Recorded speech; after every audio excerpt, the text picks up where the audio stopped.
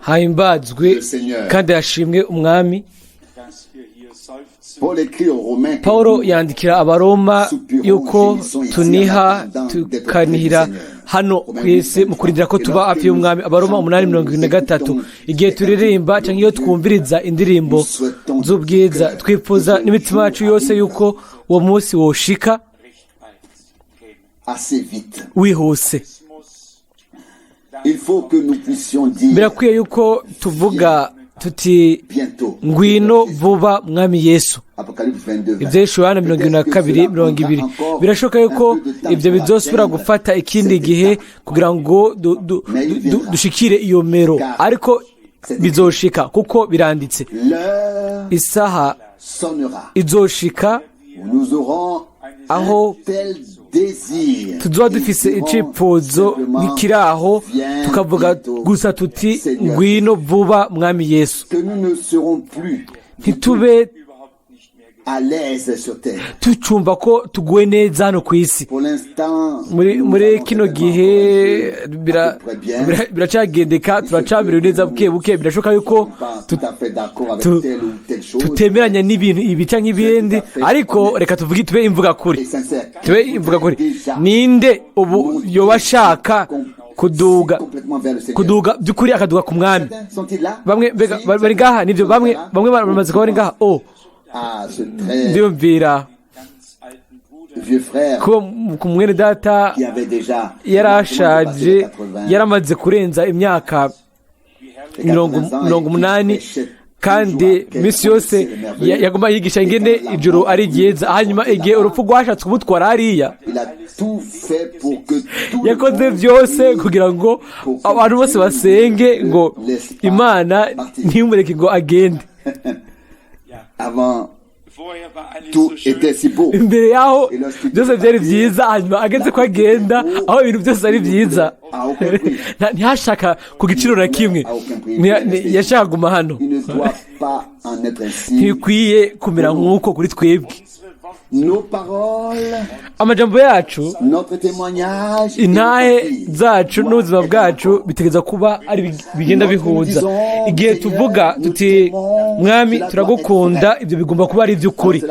Ibyo ntibikwiye kuba ari amajambo gusa, ariko bikaba ari bifatika by'Imana by'ukuri ku bw'ubuntu. Turashima ko dushobora gukorana misi yose. Mbashaka kuvuga ko ntegwa isoni iyo ndabona mwese hano, hanyuma nkaba nzi yuko rimwe rimwe mugenda igihe kirekire, mugenda ahantu harehare kugira ngo muze kumviriza ijambo ry'umwami. Mbega ugufata ibintu nka nkama, mbega ubushizi bw'amanga butegerezwa kuba buri hano mu bintu bitangarizwa hano. Mbega inshingano ziba zifatanye nabyo. Gushitsa uyu munsi Imana yaradufashije ngo dutangaze gusa ibitwemerera kuguma duhagaze imbere yayo. Iyo wanoshoboye kuvuga byose, nkaba ndabizi n'ubushizi bw'amanga, ntakekeranya yuko hamwe n'ibyo nzoba mfise ubushizi bw'amanga mu gutangaza ijambo ry'Imana ni ry'ukuri, guhera ku cambere gushaka ku canyuma. Ikibazo ca kabiri ni kubaza nimba misi yose twemeranya n'ivyatangajwe. Ico ni ikibazo ca kabiri, ariko hamwe n'Imana ibintu byose birashoboka. Ishobora kuduha ivyigwa, ishobora kutuzana kubuye bw'uko ivyo bibazo uko ari bibiri byose bihuza. Sinashaka kubura mwese kubipfuriza ikaze riva ku mutima. Murabizi yuko nishingiye nk'intumbero ko nzokwama hano buri ntango yose y'ukwezi, buri weekend yose itangura ukwezi, kandi twese hamwe tukaza tukazirikana ku ijambo ry'Imana. Iyo niyumvira yuko tuza hano tuvuye kure na hafi kugira ngo twumvirize ijambo ry'Imana. Ijambo ry'Imana ibyo dushobora kumva guhera ku ntango akaba aribyo twumviriza. Hanyuma nkabona mwene data na mushiki wacu Fox yari yaragwaye byo gupfa, yashaka kwitahira mu bwiza, hanyuma umwami amusiga hano, umwami aguhezagire. Ndibuka tumugenderera ku bitaro, uko nk'abantu nta byizigiro twari dufise, ariko nubwo byari uko Imana yakoze ku buryo bw'uko bigenda uko. Hanyuma kore turashobora kuvuga tuti mwami, kugomba kwawe ni gukoreke. Kandi iyo by'ukuri tubyiyumvira, rimwe rimwe turabivuga ntitubyiyumvireko, ariko iyo bivuzwe n'umutima tukabyumvira ko igihe ndamenya cyangwa igihe numva ko uza koza niyumviriye ku ijambo iryo wandungikiye haheze igihe nshaka kurisoma ngo isengesho ry'umugurano wa Yesu, ngo mwami warampamagaye kugira ngo mbe mu gikorwa cawe, ngo ku ngazi z'intebe yawe y'icubahiro reka sabe ntakamba ndonke agakiza wahaye isi, ubugingo bwinshi bukubone wewe ubakunda bakwibuke, umpe kuba mu rukundo ubwo wankunze ibihe byose, undeke ntange umunezero utanga, nubwo abansi bonyisukako hanyuma inkomezi zanje zigacika, uhindura ugira umubabaro ukawugira umunezero, umurika ibintu byose biba byijimye, umfatisha amaboko akomeye kugira ngo mpagarare, binyemerere gukora igikorwa ico wangeneye. Ndabiraba kenshi, ndarira kenshi, nabishize mu biro byanje, ndabisohoye gusa kugira ngo ndabisome. Ni icyifuzo cyanje gikomeye kuri jewe, ibi bisigura byose. Kristo ni ubuzima bwanje, kandi urupfu ntabwo rube inyungu yanje. Twarabivuze kandi twabisubiyemwo, nimba tubana nawe tuzonapfana nawe, bisigurwa ngo tuzoja mu bwiza. Dufise amakuru meza cyane, abantu bose, abantu bashaka kumvira ijambo ry'Imana nk'uko bitigeze bibaho. Turizigira yuko igihe ciza c'isarura kigiye gutangura, igihe ciza c'isarura aho ubugingo bwinshi buzoshobora kuzanwa mu bwami bw'Imana. No muri kino gitondo naronse umuhamagaro, nahamagawe biva muri Kenya. Ni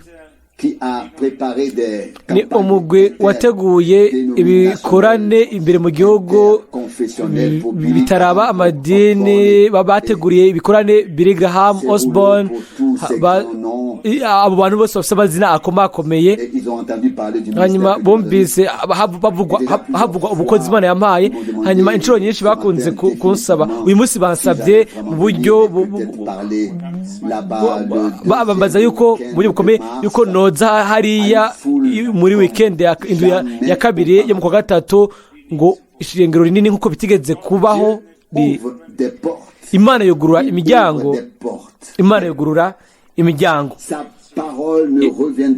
Ijambo ryayo ntirizoza rivuye gusa, yugurura imiryango mito na minini. Ijambo ryayo rizosohoza ico ryarungikiwe, kandi nzokwizera gushikaho umwami azozira yuko igihe c'ubuntu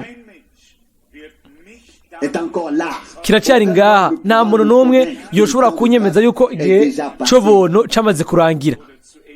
ou qu'il est terminé. canke ko caheze. Oya, Notre Seigneur umwami wacu yaravuze ubwiwe ngo nimukore gushitsa aho nzozira. quand le dernier Hanyuma sera entré, igihe uwanyuma azinjira, alors la porte se aho fermera. rero umuryango Et uzokugagwa, nous serons alors auprès natwe du Seigneur. tuzoba turi hafi y'umwami. Il y a aussi des Ariko demandes, des hariho prières, rero des- n'ibisabwa mu des masengesho, hari requêtes imitwaro yo gusengera particulières qui ont été idasanzwe transmises par téléphone. Nous iyo nahawe les kuri apporterons telefone, encore aujourd'hui nayo uyu au munsi Seigneur. turaza kwizanira Tout umwami. ne peut pas être dit Ibintu byose ntibishobora kuvugwa ici de devant. hano Il y a toujours imbere. le bien et le mal Hariho qui ibyiza, hari iciza n'ikibi, imisi yose bigenda bijana. Et surtout, lorsque Dieu cyane igihe s'apprête à faire quelque chose de Imana iba glorieux, yitegura gukora ikintu c'ubwiza, l'ennemi fera tout. umwansi azokora byose kugira ngo ahagarike ico gikorwa, ahagarike ico kintu, ico gikorwa c'Imana. Ariko En nous-mêmes ou par notre si muri conviction, twebwe canke mu kwemezwa kwacu bwite, ariko ni mu kuramurira amaso tukahanga Imana, niyo dushobora kubivuga dushize amanga tuti Yesu yaranesheje. Amen.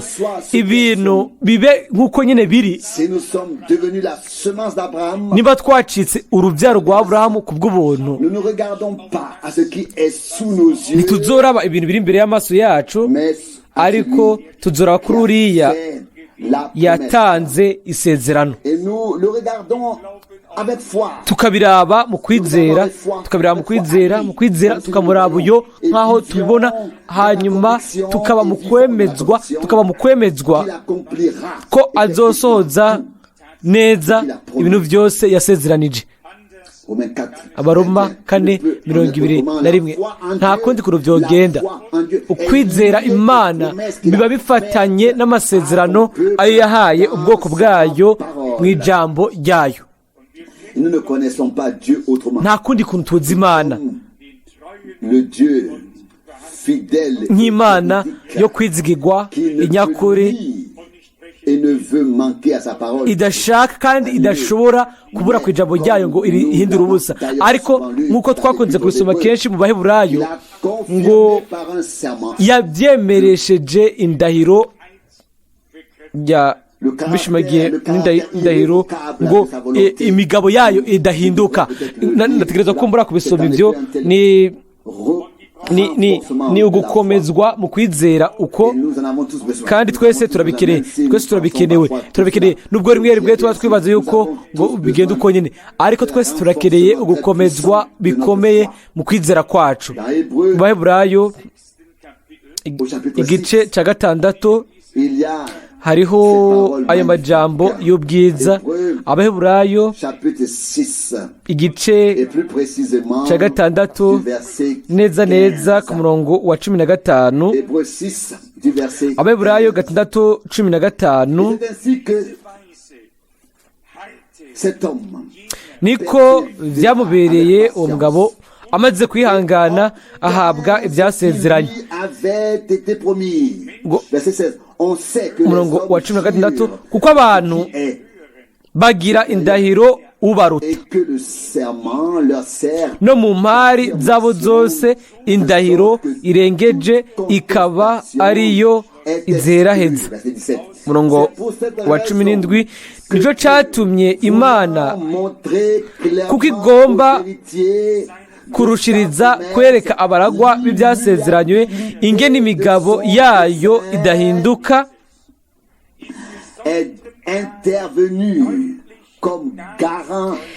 ishira hagati indahiro kuba umuhuza. Umurongo wa 18, ngo kugira ngo ibyo Imana itabasha kubesheramwo biduheshe kurema cyane,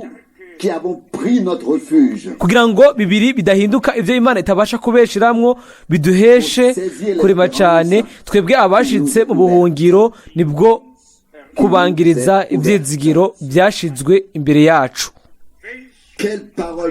Mbega ijambo ry'igitangaza kandi ry'ubwiza. ibi ntibiduhumuriza gusa ahubwo biradukomeza, biduha icyizere mu Mana yacu, bikaduhagurutsa, bikaduha intege zishasha kugira ngo dukorere kandi dukurikire umwami.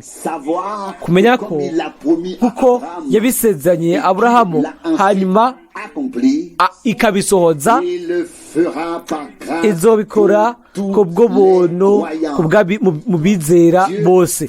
Imana igumya amasezerano yayo, ijuru rizokoroka ako yo kwibesha ku ijambo ryayo. Kubera iki? Imana yaturongoreye ku buryo bw'uko dushimika ku ijambo ryayo, atari mu nsobanuro cyangwa ibisobanuro uyu munsi bishobora kuba uko ejo bikamera ukundi, ariko ni ku ijambo ritihenda, rifite agaciro gahoraho, rihoraho, ridahinduka ry'Imana, kandi ni kuri iryo aho niho tuguma dushinze kubwo buntu. Tusubije amaso inyuma ku busobanuro zagiye ziraza mu gihe cyacu, ibintu basobanura ubwoko bwabyo, turashobora mu buryo bushasha gushimira umwami ko yatugumije mu ijambo ryayo. Amen. Sinarifise ijambo kuno mugoroba, ariko ku kiganiro gito nagiranye na Mwene Data Krefeld nashaka kuvuga ku bintu twamenyerejwe n'ubukozi bwa Mwene Data Branham,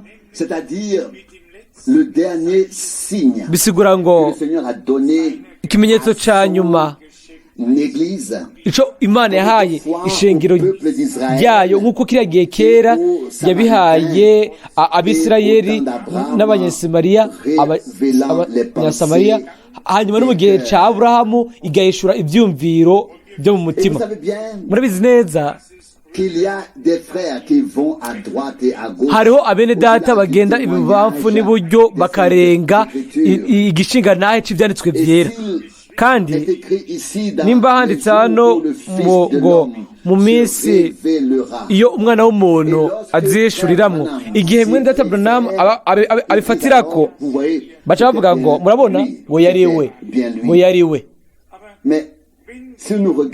Ariko turabye twitonze cyane ibyanditswe byera, turashobora gutandukanya hagati y'umwami Yesu hamwe n'ubukozi bwakozwe mu izina ryiwe. Nimba tutagishobora kubikora, sinzi rero ikintu dushobora gukora.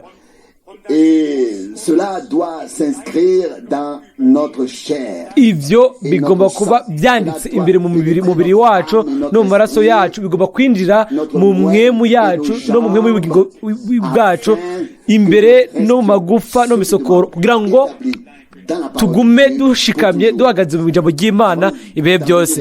Mbere yuko tujya kuri Luka 17 no muri Matayo 24, munyemerere gusa ndabereke ko ntidushobora gusoma ibyanditswe byera gusa n'ubwenge bwacu bwa kimuntu, cyangwa nk'uko imigabane bitandukana, ibice bitandukana, ariko hakwiye guhishurwa kwa mwemu kugira ngo dushyire ibintu byose mu kibanza cyabyo gikwiriye. Igihe dusoma ukuza k'umwami mu byanditswe byera, inshuro nyinshi tubisanga mu mavanjiri, mu butumwa bwiza, no mu byete cyane no mu byesho Yohana. Inshuro nyinshi harafatirwa nk'akarorero mu byesho Yohana 16, nza guhaza gusa no kuvuga gusa ku iyo mirongo ya Bibiliya kugira ngo ngire ikintu ndabereka,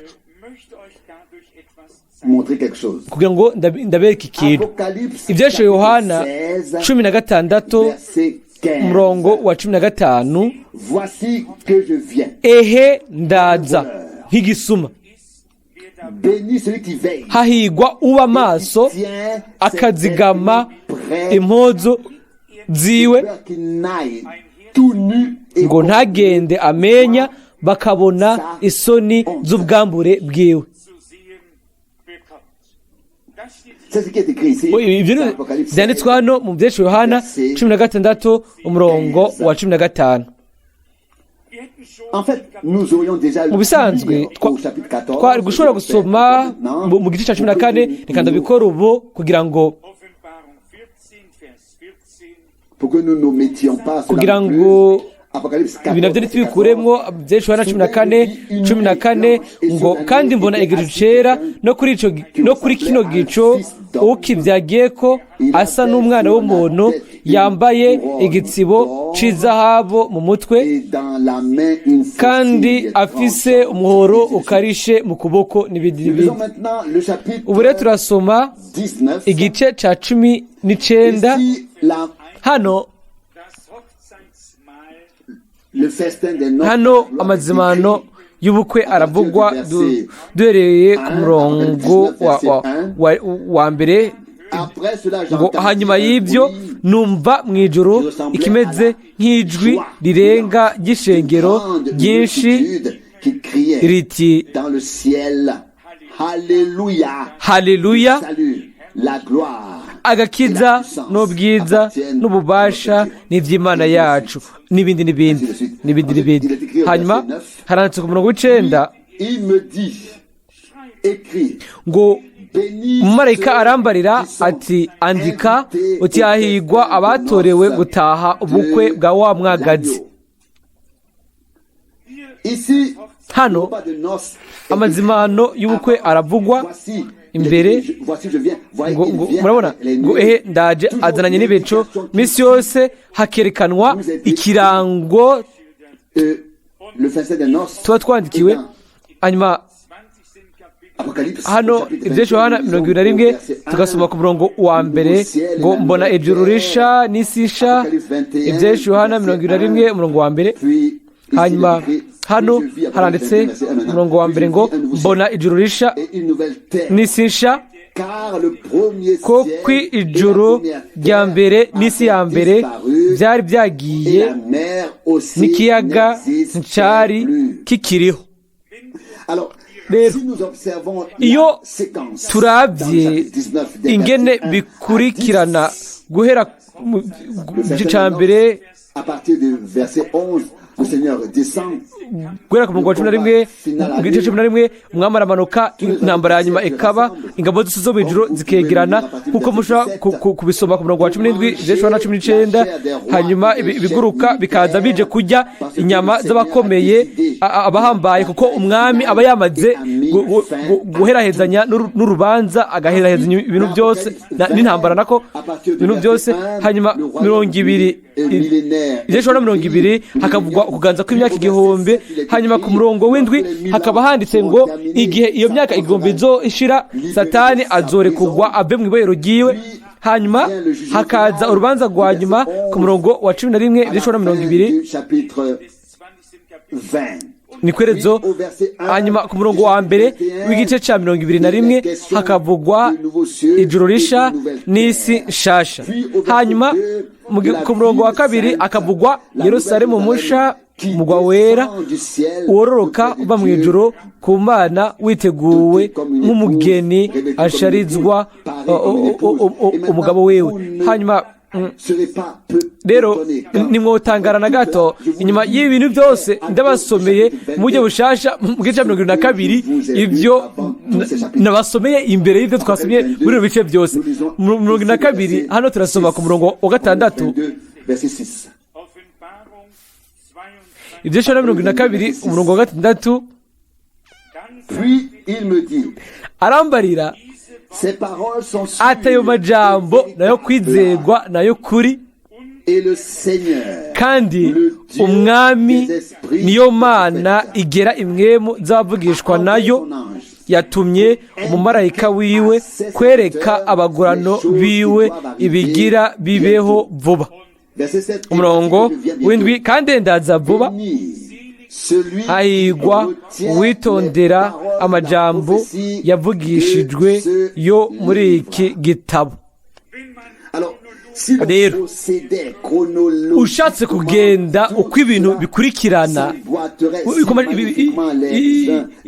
bimwe byinjirana mu bindi bikinjira mu bindi, hanyuma inyuma y'igice cya 19, 20 na 21, hanyuma hakaza igice cya 22, hanyuma mu gice cya 20 iyo tumaze kuba tubonye urubanza rwa nyuma tukabona intebe yera, ibitabo bikugururwa hamwe n'igitabo cy'ubugingo, hanyuma abantu bose bagacibwa urubanza, kandi umuntu wese adasanzwe yanditswe mu gitabo cy'ubugingo agateregwa mu nyenga y'umuriro. Ibyo shobora 20:15 ubwo n'urupfu rwa kabiri, hanyuma inyuma y'ibyo ijuru risha isi nshasha. Ibyo byose bigakurikirana neza bifatanganye mu buryo bwiza. Hanyuma igice cya 22 kitugarukana mu gihe tukiri mu gihe kubera iki? Kubera yuko aracyavugwa wewe nanje ngoma ndabasomere ibihe bidashira ntibifise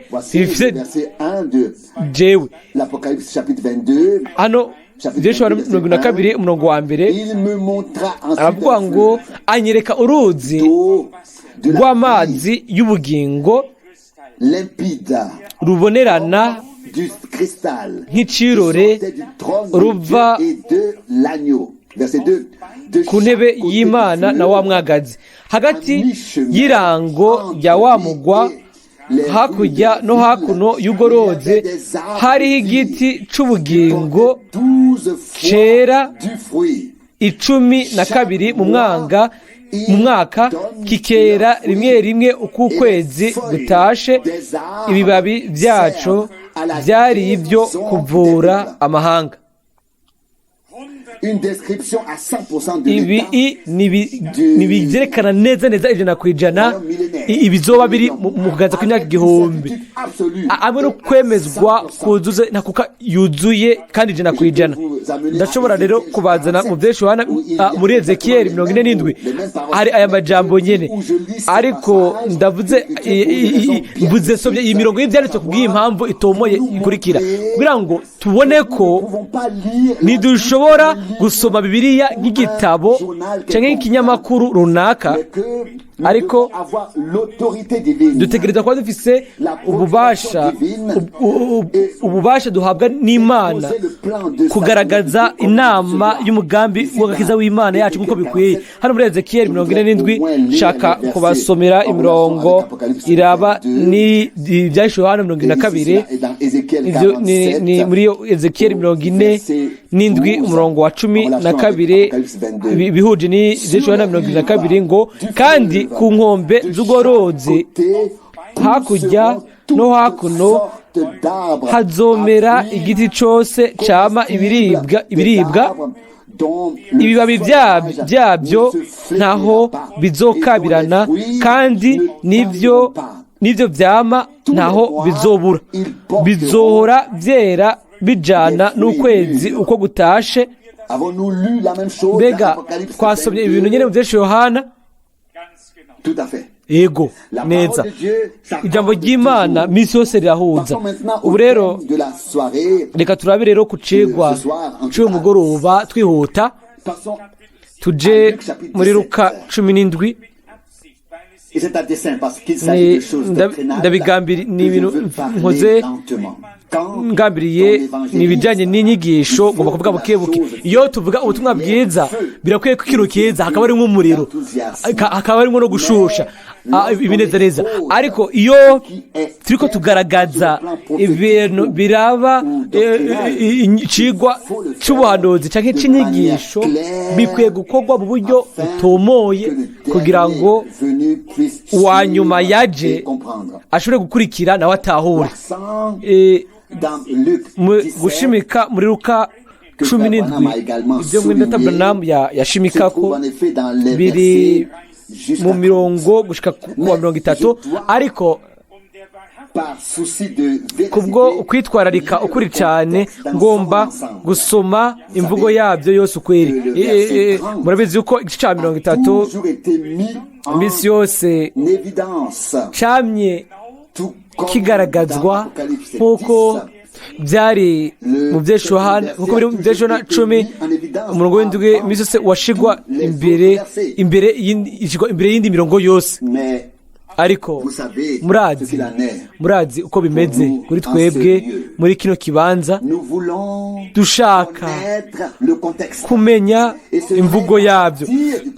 Ni rero dufatiye aho bivugirwa niho dushobore kumenya ico buri murongo wose uba usigura kandi nico ufatirako, kugira ngo bibe bitomoye. Nimba ashaka kumenya ico umurongo wa 30 usigura muri Luka 17, ndashobora kwiyemerera nkasoma mpereye ku murongo wa 25 gushika ku wa 35. Akora nk'akarorero aho rero uwo murongo umwe wonyene uvugwa uba ushizwe mu yindi mirongo yose. Simba ngikeneye gusobanura cyane ngo ntangure gutomboza, ariko gusa nkabona ibyo twabwiwe. Reka dusome muri Luka 17 ku murongo wa 25. Luka 17 25. Ariko akwiye kuzobanza kubabazwa uburyo bwinshi no kwankwa n'abiki gihe. Umurongo wa 26. Kandi uko byari biri muri ya minsi ya Nowa, niko bizoba mu minsi y'umwana w'umuntu. Umurongo wa 27. Barajya, baranywa, bararongora, barashingira, bageza kuri wa munsi Nowa yinjiye muri bwa bwato, umwuzure ukaza ukabahonya bose. De même qu'au jour de Lot, no mu minsi ya Loti byabaye bityo. Baranywa, barajya, baranywa, baradandaza, baragura, baratera, barubaka. Umurongo wa 29. Maze umunsi Loti yaviriye i Sodomu, umuriro n'amazoko biratibuka bivuye mu ijuru birabahonya bose. Mubone ko izi nshuro zibiri kwa Nowa no kwa Loti ni ukurandurwa kwa bose. Umwe yinjira mu bwato, uyundi asohoka akava i Sodomu. Ariko izo nshuro zibiri urubanza rwabaye ubwo nyene inyuma yaho. Turasoma rero muri umurongo wa 30 ngo niko bizoba umunsi umwana w'umuntu azoserukirako.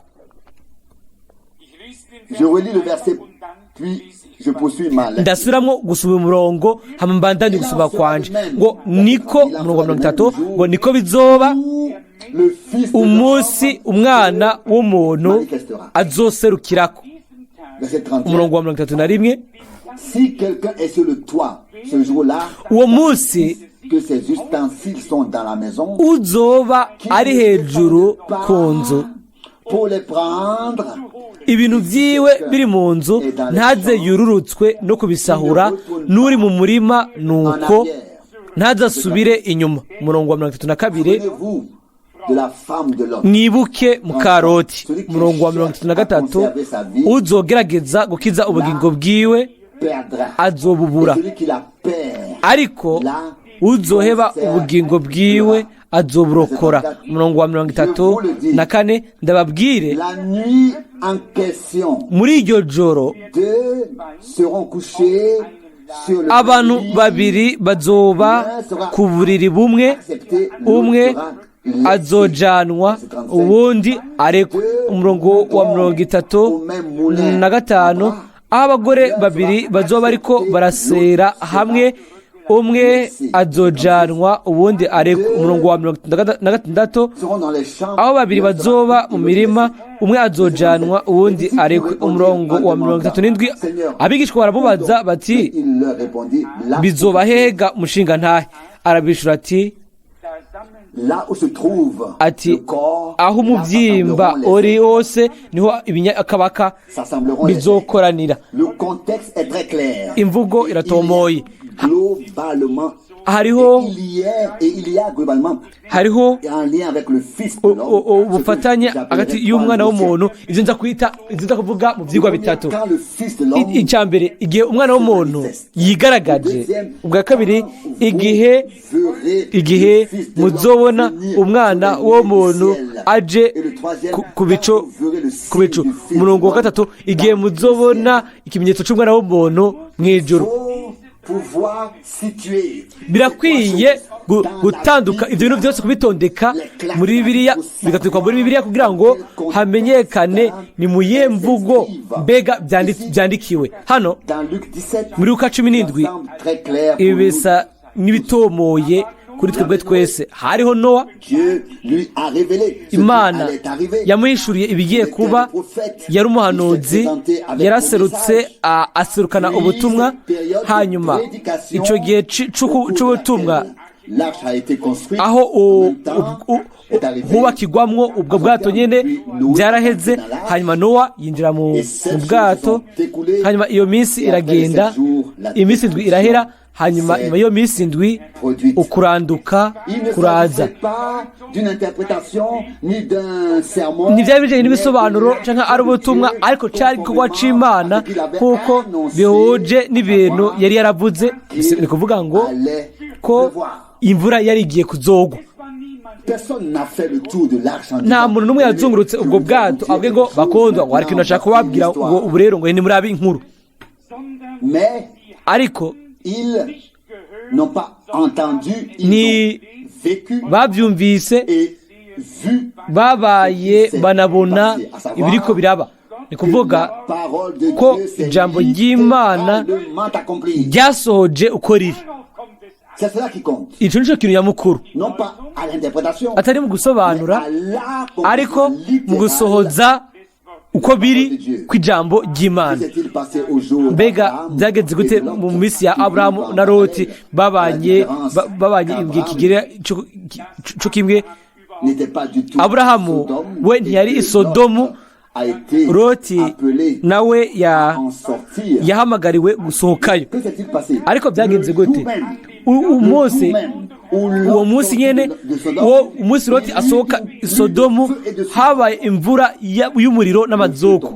Umuriro urakoroka uturira ibyashobora guturirwa. Hanyuma umugore wa Loti nawe yaguma araba ibimukikije, aceka inkingi y'umunyu.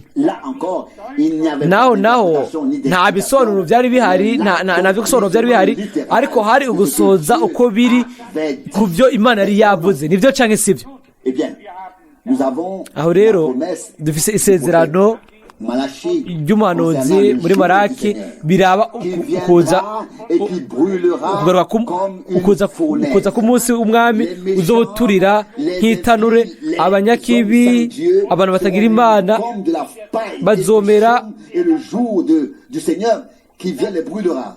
nk'umuguruka uzobitongora umuriro. Nshaka gusoma gusa uwo murongo uva muri Petero wa 2:3 kugira ngo twebwe twese abari mu sino shasha tubihagarareko. Petero wa 2:3 umurongo wa 10 ngo ariko umunsi w'umwami wacu uzoza nk'igisuma, aho amajuru azovaho hakaba no kwasana. Mwene Data Krefeld babarire ni hose cyane kandi tegereza gusobanura. Ni umurongo wa 10 muri Petero wa 2:3, ariko umunsi w'umwami wacu uzoza nk'igisuma, amajuru azovaho hakaba n'ukwasana guhambaye, ibyitangiriro byose bigashongeshwa n'ikibengebenge gikaze, isi n'ibikorwa biri muri yo bigatongoka. Puis la promesse. hanyuma isezerano Avant que ne vienne ce jour terrible du Seigneur, ngo imbere y'uko haza uyu munsi uzoba uturira nk'itanure umwami wacu yaravuze ngo ehe vous envoie. nzobarungikira Eliya wavugishwa n'Imana. Ça c'est Malachie 4 verset 5. aho ni muri Malaki 4:5. hanyuma igihe ico gihe c'ubwo bukozi izoba kirangiye hategerezwa kuba indunduro hamwe n'umuriro utegereza gukoroka. S'il ne tombe pas, c'est que Dieu n'a udakorotse ni uko Imana itavuze ivyo yashaka kuvuga canke itashatse pas voulu dire ce qu'il kuvuga a dit. ivyo yavuze. Quand les gens prétendent que quand igihe abantu baba bifata yuko ibintu byose byarangiranye n'ubukozi bwa Mwene Data Frank, je dois simplement dire que ntegerezwa gusa kuvuga yuko ibyo bintu ahubwo ibintu byari bitanguye, car au moment où kuko il est rentré chez lui dans la igihe gloire, yataha mu rugo isi yose ya kidini bose baramenye yuko hari umuntu akomeye w'Imana William Branham, uwo atamuntu n'undi n'umwe yoshobora kugereranywa nawe, ariko nta muntu n'umwe yamenye ku bijyanye n'ubutumwa bw'Imana ku bya Eliya, kugarurirwa ugusubizwa ku bintu byose. Ibintu byose byategerezwa kuza. Sizibagira umunsi en avril aho mu kwa kane 66 mu 66 n'inyuma yo mu 12 39 nari nicaranye na mushiki wacu Branham tuganira na mushiki wacu wundi Krefeld nawe niho yarari. Namubarije ijambo kurindi ndamati Branham, mbega mu gihe mugabo wa yarakiri muri buno bugingo, mbega waruzi ibyo ari byo? Yarishiye gusa ati oya ati ntabyo narinzi. Mbega kuri ibyo nshaka kuvuga kweki, uyu munsi hariho abantu basinziriye iyo myaka yose, ariko ubure bakaza ntibamenye ntibanabone imvugo yabyo uko ibintu bivuga, hanyuma bakazana imivurungano mu bwami bw'Imana bemeza ibintu bidafise ikintu c'ukuri kandi bidafise n'aho bishingiye. Ibintu byose Imana ikora misi yose bizoba bihuje n'ijambo ryayo. Nowa yarinjiye, imbere yaho hariho ibyari byaravuzwe ngo izogwa. Loti yarasohotse, ariko imbere y'ibyo hari harabaye ibitangazwa ngo nzodaturira Sodomu na Gomora, byari byavuzwe. Ibyo bintu bibiri byari byabaye nk'uko Imana yabivuze imbere y'igihe. Ibyo bintu nyene bitegerezwa gusubirwamwo, bikisubiramwo muri kino gihe. Igihe ubukozi igikorwa Imana yihaye igihe bizoba bigeze ku ndunduro yabyo biheze, aho rero ishengero rizozamurwa nk'uko Loti yasohotse, Nowa nawe nk'uko Nowa nawe yinjiye. Aho naho Mwene Data Frank yavuze ijambo kurindi ngo mbega ingina ari byiza, umwe yarasohotse uwundi arinjira. Ni ikimenyetso ko umugeni asohoka mu madini yose hanyuma akinjira muri Kristo, kuko ni muri Kristo gusa niho tuba dutekanye, turi mu mutekano. Ariko kwerezo hategerezwa kuba impinduka, guhindurwa no kuzamurwa, hanyuma umuriro nawo utegerezwa gukoroka inyuma y'izamurwa. Umuntu avuze ati ibyo byose byarabaye, ati nta kintu kimwe gifite cyo kurindira. Rero siko bimeze, ahubwo byose bizoba mu rutonde gahunda nk'uko Imana yabivuze. Ni murabe cyangwa murabe gato, murabane nanje gato muri Matayo 24, Matayo 24 habanza kuvugwa abantu bazoza bagakora mbere n'ibimenyetso n'ibitangaza, bakavuga bati ari mu bugaragwa n'ibindi. Ariko muri Matayo 24:27 aravuga ngo niko ukuza k'umwana w'umuntu kuzomera. muri hacaza ibivugwa nk'ibivugwa muri Luka 17:78 ngo kuko aho mubyimba uri hose niho ibinyakabaka bizokoranira neza neza. Ni ikintu kimwe, wa wundi yishura yigaragaza ni we nyene agaruka kugira ngo atane mu rugo abiwe abo yashoboye kwishurira.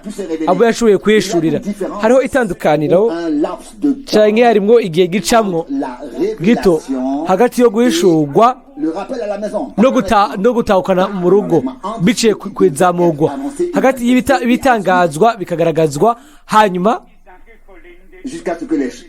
gushitsa aho ivyo bintu nyene birangira. Hagati aho harimwo uguhamagarwa kwacu ku gusohoka, harimwo ukwigishwa, harimwo uhamagaro wo gusohoka, harimwo inyigisho tuzanirwa, harimwo ukwigishwa kwacu, harimwo gutegurwa kwacu. Dutegerezwa gukoresha ico gihe tugacunguza uwo mwanya, tukaba tuzi neza yuko inyuma y'izamurwa haza ibyago bikomeye. Aho niho izuba ritakaza kumurika, ukwezi kukijima, inyenyeri zigakoroka zivuye ku ijuru. Ivyo Kuwa Gatandatu 12 hari abantu bavuga ngo umwami yaraje ngo hanyuma kandi rero izuba ukwezi inyenyeri byose biracari nkuko bimeze, hanyuma bagakora ibintu byose ibintu bifatanye n'ivyo bitagaragara. Je ushobora kuvyihanganira umuntu yemeye ko Imana ari yera nk'ijambo ryayo nkuko ari ryera, ntiyubawuka kwegera ivyanditswe vyera kiretse avyemerewe n'Imana kugira ngo atudeke ibintu byose nkuko nyene byabonywe kandi bikandikwa n'Imana ubwayo. Reka dufate ko inyuma y'izamurwa haza ibyago bikomeye, ibyanditswe ngo musenge kugira ngo muboneke ko mubereye guhunga ibigiye koza ku isi yose. Luka 21:33 muramaze kubisoma ivyo. Luka 21:36, ariko tugiye gusoma umurongo ukurikiraho muri Mateyo 24. Haranditswe hano ni kuvuga muri Mateyo 24:29. Aussitôt après cette tribulation, le soleil s'obscurcit. Hanyuma y'ayo marushwa y'ico gihe uwo mwanya izuba rizocura umwiza n'ukwezi nikuzoba kucaka umuco wako, n'inyenyeri zizokoragurika zive ku ijuru, n'ivy'inkomezi vyo mu majuru bizonyeganyizwa. Umurongo wa 30, buri kimenyetso c'umwana w'umuntu kizobonekera kw'ijuru, niho amoko yose yo mw'isi azoboroga, bazobona umwana w'umuntu aje mu bicu byo kw'ijuru ari n'ububasha n'ubwiza bwinshi. Ukoza kubiri gutandukanye, kumwe ukoza bikavuga izamurwa, babiri bazoba ari ku gitanda kimwe, babiri bazoba ari kubarasya ku rusyo rumwe, babiri bazoba ari mu murima umwe azotwagwa uwundi arekwe.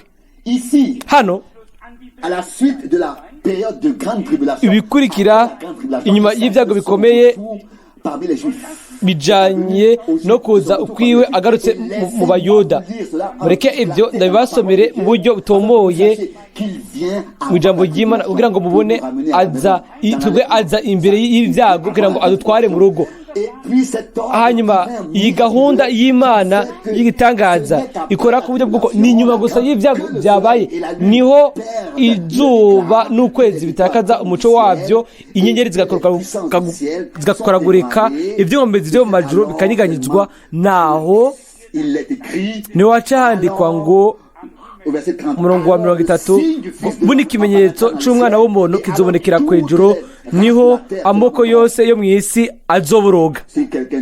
Umuntu aciye avuga ngo umwana w'umuntu yaramaze kugaruka, ngo umugeni aratari hano ku isi, ibyago bikomeye ntibiraza, nta rungano na rumwe, nta bwoko na bumwe, nta moko namwe yo ku isi araborogera, nta muntu umwe abona ikimenyetso c'umwana w'umuntu mu ijuru. Bose baracari naza iminsi mikuru yabo vuba ni karnavali, nta muntu umwe arira, nta numwe aboroga, bose baranezerewe. Ariko nubwo biri uko hari abantu bace bifata yuko ibintu byose byasohoje, ibi bitaraba mu buryo bufatika. Oya, Imana yacu ni Imana y'ukuri. Amen. Ubure kuri jambo mwugurure igice cya mbere cy'ibyo Yohana muzobona yuko uko kuza kuvugwa neza, havugwa ibintu bimwe nk'ibyo duhejeje gusoma aho. ibyo Yohana igice cya mbere umurongo w'indwi.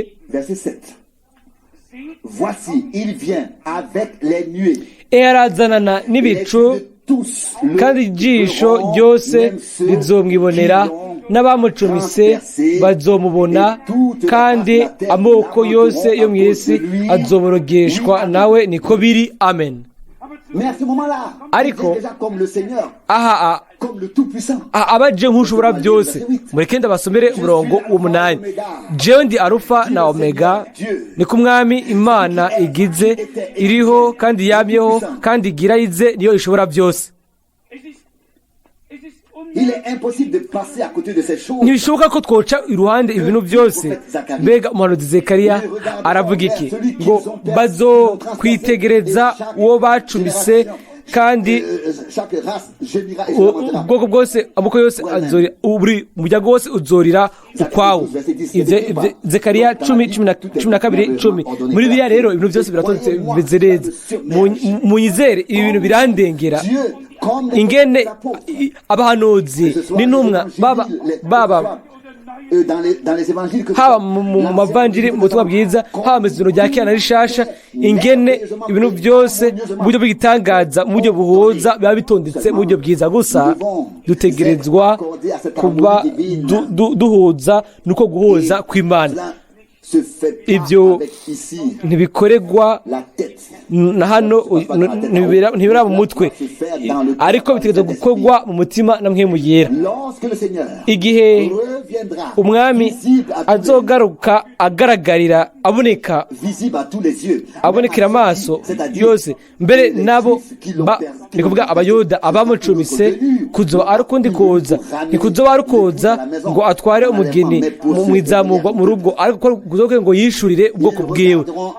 ngo bazokwitegereza uwo bacumise, bazobaza ngo ibyo bikomere byawe, izo nguma zawe wazikuye? azokwishura ati nabikuye mu nzu y'abakunzi banje. bazomenya uwo bacumise, kandi bazoboroga nk'uko baborogera umwana w'imfura. Zekariya 12:10. mu gusoma aya majambo dutegerezwa kuvuga ko n'umusazi n'igipfu nicozimira. nimba gifise ukugomba kwiza, ukugomba ugukurikira amakanda y'ijambo rya Yesu, naco bimaze gukura akajambo hano n'akandi hariya, kugira ngo uho ububasha ikintu runaka utangure kuvuga ngo umuhanuzi yarabivuze.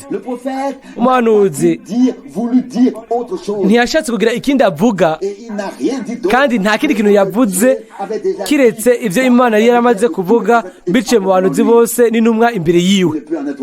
nta kundi kuntu byogenda. ibyo Imana ikora bitegerezwa kandi bizokwama bihuza. rero turindiriye uguherahezwa. uko je shobora kuba ndabibona, mbere no guhamagarwa gusohoka ntibiraba mu mwuzuro wabyo. Imana yahamagaye umuryango gusohoka ikanabyituka, kugira ngo tugire amahirwe yo kumvikanisha cyangwa dutware mu isi yose umuhamagaro wo gusohoka cyangwa umuhamagaro wo gusohoka. uko niko Imana yamye ikora. yarafise ishengero n'abamuhagaze inyuma mu bisagara byinshi bitandukanye mu gihugu, kugira ngo azane ubutumwa. Mbega Imana ntiyakoze kuburyo bw'uko tudutwara ubutumwa bwatwawe n'ifungurwa byabitswe, tugashobora kubitanga ku bw'ubuntu. ese ukuntu twe kuba abasheba yuko Imana yaturabanye ubuntu bwinshi, kandi ikaba yaturongoreye mu ijambo ryayo no mu kugomba kwayo. nicyo gituma byose birakwegana atari mu biri ni ikintu ciza ko Imana ifise umugambi hamwe natwe, nimba ari twebwe abantu bose batumbereza kuri twebwe. Ivyo sivuze kubera ari kwigira ibintu, ariko Imana ifise umugambi, Imana ifise gahunda, nta giturumbuka kiba ku Mana. Rimwe rimwe twe dushobora kubona ahantu runaka, ariko Imana yo ntiyibona uko. Ku Mana ibintu byose biba bitondetse, kandi tugize umugabane ukomeye w'ivy'Imana yatondetse, yapanze. Imana ishaka ko bimera uko, ko ijambo ryayo ryahishuwe risubira gutangwa misi yose, rigatangwa misi yose, atari ibisobanuro, atari ivyumviro, ariko ugutangaza inama yose y'Imana ku muco w'ukuri kwahishuwe, uko Imana yashize mu buryo bushasha bwiterwa amatara muri kino gihe. Ntitugishoboye kugenda twogera muri ya mazi ya kera twayasohotsemwo, kandi twizigara yuko tutazogera tujanye hamwe natwe uwundi mwambaro wa Babuloni, aho ibindi bintu biba binyegejemwo, ariko ko twasohotse i Babuloni, kandi ko na Babuloni nayo yasohotse muri twebwe.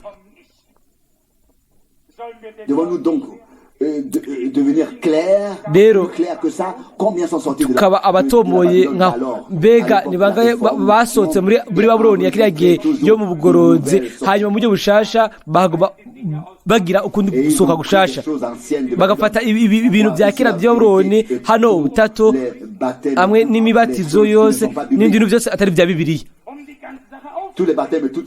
Imibatizo n'ibintu byose bitari vya Bibiliya, ariko Imana yarungitse umuhanuzi kugira ngo ivyo byose abifukura, aduhe umwidegemvyo kugira ngo twerekwe aho ibintu byahindukiriye nabi, kugira ngo dukosore. Kubwo buntu dushobora kuvyemera tukabyakira, kubwo buntu tukavuga tuti Mwami wakoze ibyo byose mu buryo butangaje, niko bisezeranije mu ijambo ryawe, uko niko twabibayemo, kandi uko niko tubibona ubu rero biriko biraba. Ubutumwa bwiza bw'ubwami dutegerezwa kubwirwa amahanga yose nk'icabona. Ni mu Matayo 24:14, si ubutumwa bwiza gusa, ariko ni ubutumwa bwiza, ubutumwa bw'Imana buzana umunezero w'Imana, burimwo ibintu byose Imana yasezeranije. Hanyuma natwe tuzonezerwa nubwo hari imibabaro, kuba batatwumva neza n'ibindi bintu byose biba biri ku nzira. Turafise intumbero mu mutwe wacu, turazi uwo twizera, turazi uwatuvugishije, kandi turashima yuko dushobora kumukurikira.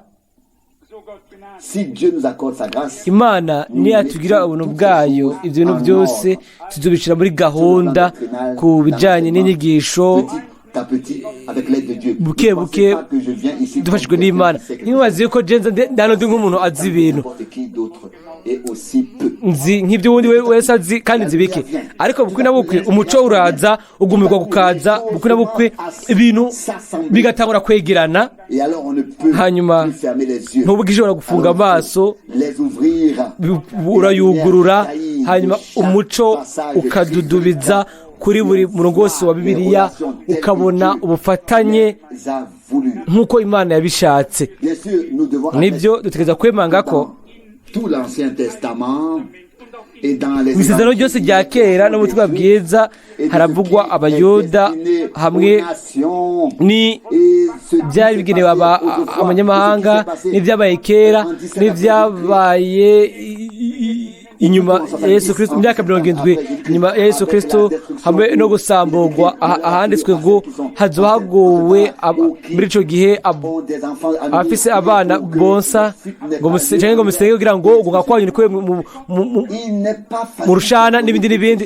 Ntivyoroshe gutondeka ibintu byose, ariko biratondetse. Imana gusa yavuze ibintu byinshi mu kanya gato, hanyuma dutegereza kugirirwa ubuntu bwo gutondeka ibyo bintu byose byinshi mu kanya gato. Haleluya! Ubicubahiro n'ubwiza by'Imana nzima ishika kuri twebwe, ice gupfa biciye ku jambo ryayo namwe mu wayo, natwe kubw'ubuntu tugomba guhagarara munsi y'amaraso y'umwagazi, nk'uko twabisomye mu ntango. Umwami Imana yagize indahiro ishyiraho nk'icemeza kugira ngo amasezerano yose asohoze, kandi ibyo bizoba nk'uko byagenze kuri Nowa, nk'uko byagenze kuri Loti. Ibintu ibyavuzwe uko byavuzwe byasojwe nyine nako bizogenda igihe umwana w'umuntu azishura azigaragaza. Bizomera uko igihe guhishurwa hagati mu bwoko bwiwe bizoba bimaze gushika ku ndunduro yabyo, guheraheza kwabyo bigashikira ku gasongero kabyo, kandi uwishuye akagaruka kugira ngo atware abiwe mu izamurwa mu bwiza abo yashoboye kwishurirwa. Mbega ibyo si igitangaza, kandi twese turabyumvamo. Ntibizoba ari inyigisho, bizoba ari iby'ukuri, bizoba ari ukuri gukomeye. Kuzuka nako bizoba ari iby'ukuri, guhindurwa bizoba ari iby'ukuri, kuduga mu bico bizoba ari iby'ukuri, gusanganira umwami mu bico bizoba ari iby'ukuri, amazima y'ubukwe bizoba ari iby'ukuri. Ariko ntibuzoba ari ubutumwa. Ubu ni ubutumwa, ariko icyo gihe ni gusoza kw'ijambo ry'ubutumwa bwiza, hanyuma icyo kintu ubwabyo kigashika. Mbega ntimunezerewe yuko Imana yaduhaye ubwo buntu? Mbega byaba bitomoye mu buryo bwumvikana? Ndabizi neza. Imana ibahezagire. Amen. Turahaguruka dusenge.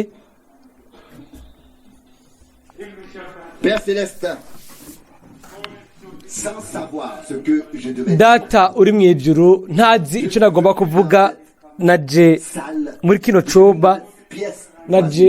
cyumba nta kintu kimwe nateguye,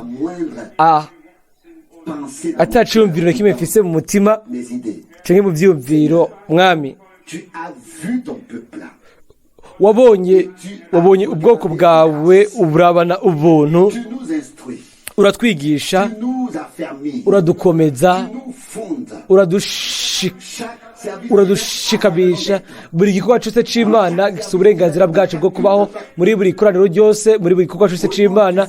Hari ikintu ukora kidasanzwe. Kuri ibyo rero turagushimira, kandi turagusabye ngo ubandanye guhishura ukugomba kwawe no kugusohoza. Ukore kugira ngo gushitsa ku iherezo tugire umugabane w'ibyo ukora, ukwinjira byuzuye mu byo usezerana no mu byo ukora. Ndagushimira yuko uri hafi cyane yacu, yuko utuvugisha, yuko imitima yacu yakaka, kuko ijambo ryawe twaribwiwe.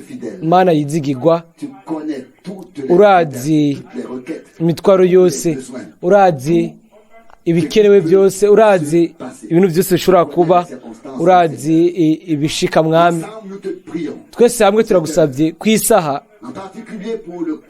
na cyane cyane ku biri muri Autriche. Mana, kandi Mwami mwizigirwa, urashobora guhindura umuvumo wose mu mugisha, urashobora gukura ibintu byose, ugatanga umwidegembyo, ukuboka, ugasohora, kandi ukishura. Turasengeye abo bose bagwaye, Mwami, hafi yabo, muganga wabo, wishure nk'uko uri, ko bahona uri umukiza, ku bagwaye uri umuganga, uri umubyeyi ku bana bawe. Wishure iminsi yose nk'uko uri.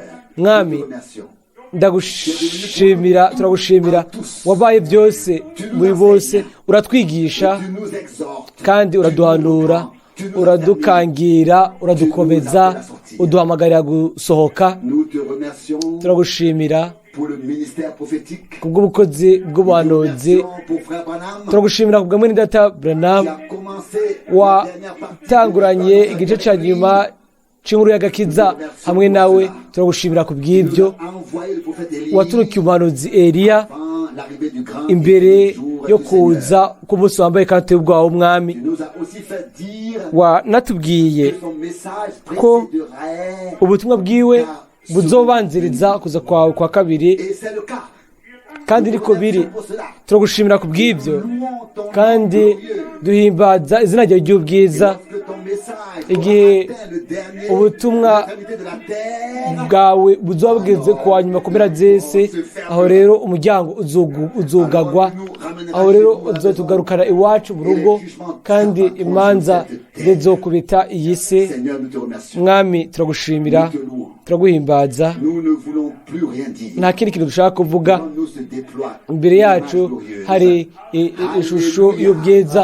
Haleluya, ku izina ryawe y'ubwiza. Uhezagire abakiri bato n'abashaje, ingingo zawe zifatika imitima yacu ku bw'icoro n'ubwiza bw'izina ryawe. Mwami dushobore kumenya ingene isaha ikomeye kandi ubutumwa bw'Imana buba buhambaye kuri twebwe. Mwami ndagushimira ku bw'ibyo. Si inyigisho y'ubusa, ariko ijambo ry'Imana ryuzuye ubushobozi bigaragarira muri abo babyizera. Mwami mukundwa, urazi imitima yose yakozwe ko n'ibiganiro bimeze ko n'intambara ishobora kuba iriyo mu mutima hano n'ahandi. Udushobore twese kumenya kubw'ubuntu ko ikiganiro hamwe nawe, kuganira nawe, gufatanya nawe ari byo kuri kandi ko biturongorera ku ntumbero gusa wowe Mwami Imana yacu. Umuntu wese aba ari umubeshi nubwo agomba yemeza avuga ngo ndakubwije ukuri, kuko ukuri ko wabivuze. Imana nyine niyo jya kuri nubwo umuntu wese yoba ari umunyabinyoma. Mana yanje dufashe, duhomore ku kanwa k'abantu kandi uturongorere kuri wewe ku birenge byawe kugira ngo tukumve uvuga. Ubu rero aho rero aduza guhesherezwa aminyigisho hanyuma kubonesherezwa. Mwami ndagushimira umukuku wawe wacunguwe n'amaraso ushikanirwe hano mu kibanza cyose ku isi yose. Mwami ushobore kumvikanisha ijambo ry'ubwiza ry'ubushobozi kugira ngo umwansi arekure ubwoko bwawe bugende, kuko mu gihe cya Mose itegeko ryaravuzwe ngo reka abantu banje bagende. Mwami ibyo bizokureka kandi ndagushimira, ndaguhimbaza. Wakira icubahiro, ugusengwa icubahiro n'ubwiza. Ibyo bizokureka, ubwoko bwawe buzogenda. Haleluya, haleluya. Guhimbazwa icubahiro n'ubwiza n'ugusengwa bibe iby'izina ryawe ry'igitangaza kandi ryera. Haleluya, haleluya, haleluya, haleluya. Data uri mu ijuru, ndagusabye kandi ngo uhe umwe wese ko kubonesherezwa kuva ku Mana, mutahuze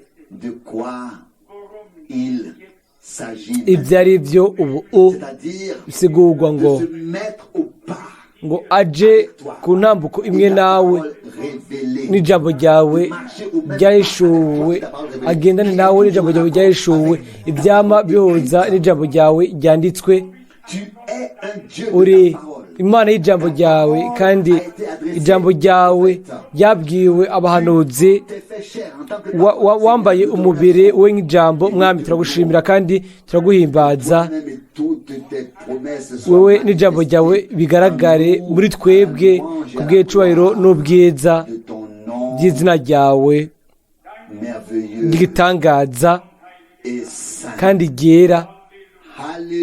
Haleluya, amen, amen.